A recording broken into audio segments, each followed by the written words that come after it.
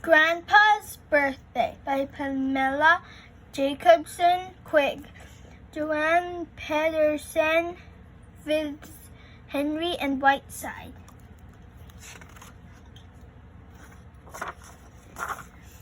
How many candles do we need for Grandpa's cake? Asked Susan. She was watching her sister mix the icing.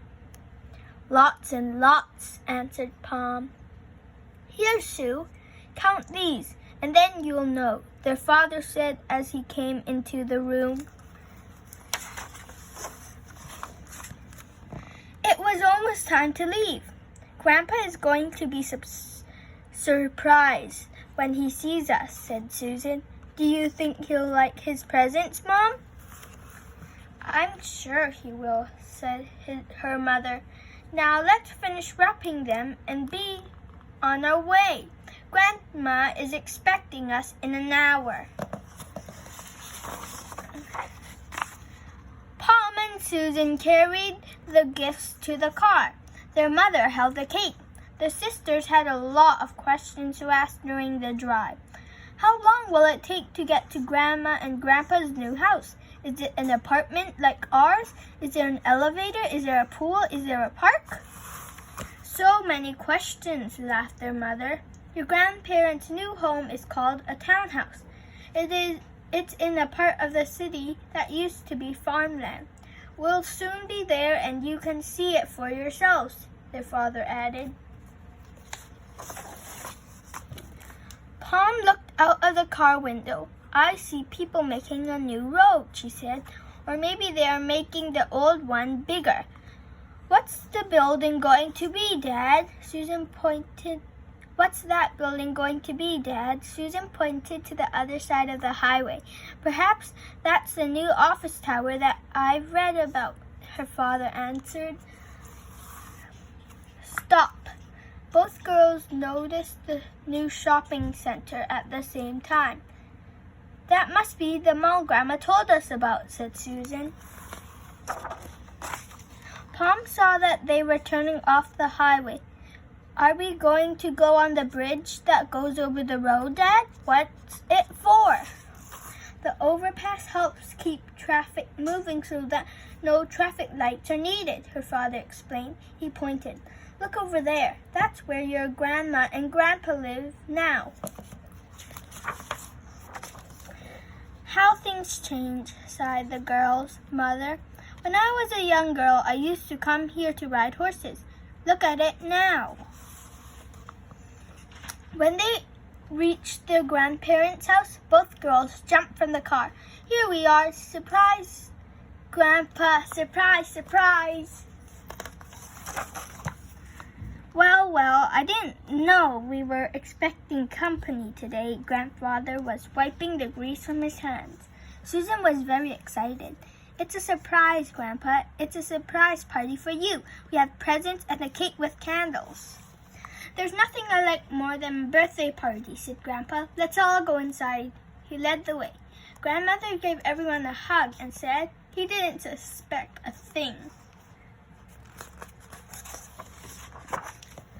At the table, everyone held hands and sang, Happy birthday to you, happy birthday to you, happy birthday, dear Grandpa, happy birthday to you. Make a wish, Grandpa. Blow out the candles. Happy birthday, Grandpa. Happy birthday, Dad. Happy birthday, Henry. Grandfather looked at everyone sitting around the table. Thank you all. Thank you very much, he said. After dinner, the family talked about Grandma's and Grandpa's new neighborhood. The girls talked about all the new roads and buildings they had seen. Their parents talked about the way so many things had changed. Grandma told about the new school down the road, and Grandpa said that soon there would be a park with a pool. Soon it was time to leave. Thank you for the good dinner, said Pom and Susan. Thank you for the nice presents and the surprise, answered their grandfather. Goodbye, goodbye. A few days later, while she was getting ready for school, Pom was talking to her mother about the birthday visit. Why are there so many new buildings where Grandma and Grandpa live? Her mother explained that many people were moving to that part of the city because a big factory had been built there. On the way to school, the sisters told their friends about all the new buildings they had seen when they went to visit their grandparents. "I wonder why we don't have new stores here," said Bobby. "We don't have many places to shop anymore." "My friends, Tom and Donna, used to live here, but now they moved away," said Jeff. "Their parents found jobs in another town." The children stopped to look at the park. They didn't go there to play anymore. There was too much garbage in the park, and the swings were broken. Mr. Simpson was standing in front of his store. He looked worried. Pom sniffed the air, and she knew what was wrong. "Why isn't there a good warm smell coming from your store today?" she asked. "I'm going to close my store, Pom. I don't have enough customers to buy my bread and donuts." Just then the school bell rang, and the children had to hurry away. The class gathered around the teacher to share their news. Pom told about her grandparents' new neighborhood. "That's called a growing neighborhood," said Mrs. Spencer. "Do you think our neighborhood is a growing one?" Later, the class went with their teacher to an assembly in the gym. The principal, Miss Lee, waited until everyone was listening, and then she told the children that she had a problem. "At one time, our school was very crowded," she said, "but it's not anymore.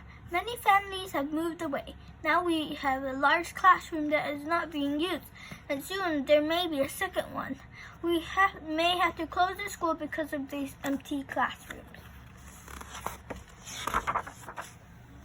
Some children had to stay at school for lunch. They ate in their classrooms.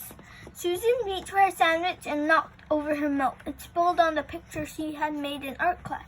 "If we had a real lunchroom," she said, "we wouldn't mess up our work." After lunch, it began to rain hard. Some children went into the gym to play. Others thought the gym was too noisy. Then Pom remembered Susan's idea. She thought the empty classroom would also be a good place to play quiet games like chess and checkers.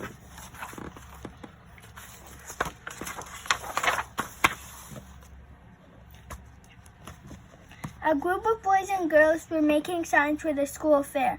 They thought their job would be easier if they used the empty classroom.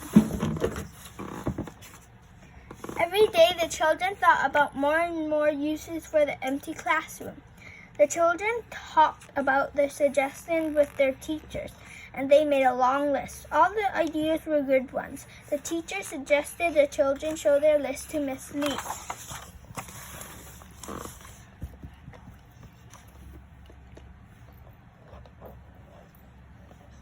The children were very excited when they met with Mrs. Lee. She thanked them for their help. She said there were so many good ideas for the empty classroom that it shouldn't be necessary to close the school. Everyone clapped when they saw the activities that had been chosen for their empty classroom.